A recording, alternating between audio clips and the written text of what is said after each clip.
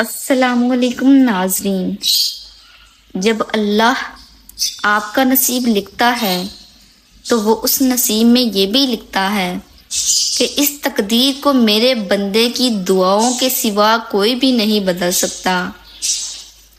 ہم اکثر یہ سوچ کر پریشان ہوتے رہتے ہیں کہ اگر ہمارا مانگا ہوا کسی اور کو مل گیا تو، حالانکہ اللہ تو پہلے سے ہی سب طے کر چکا ہے، یہ بھی کہ آپ کو آپ کے نصیب سے کیا ملنا ہے، اور یہ بھی کہ کن دعاؤں نے آپ کے دل کا حصہ بن کر آپ کا نصیب بدلنا ہے۔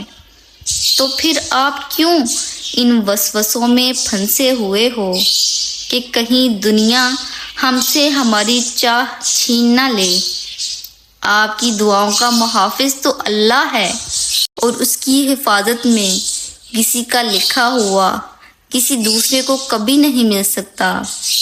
جو بلائی اللہ نے آپ تک بھیجنی ہے وہ آپ تک ہر حال میں پہنچ کر ہی رہے گی۔ جو معجزے اللہ نے آپ کے لیے مقرر کیے ہیں وہ معجزے ہو کر ہی رہیں گے۔ کوئی بھی اس ہونی کو نہیں ٹال سکتا سوائے اللہ کے، جس پر اللہ نے ہمارے لیے پہرے بٹھا رکھے ہیں۔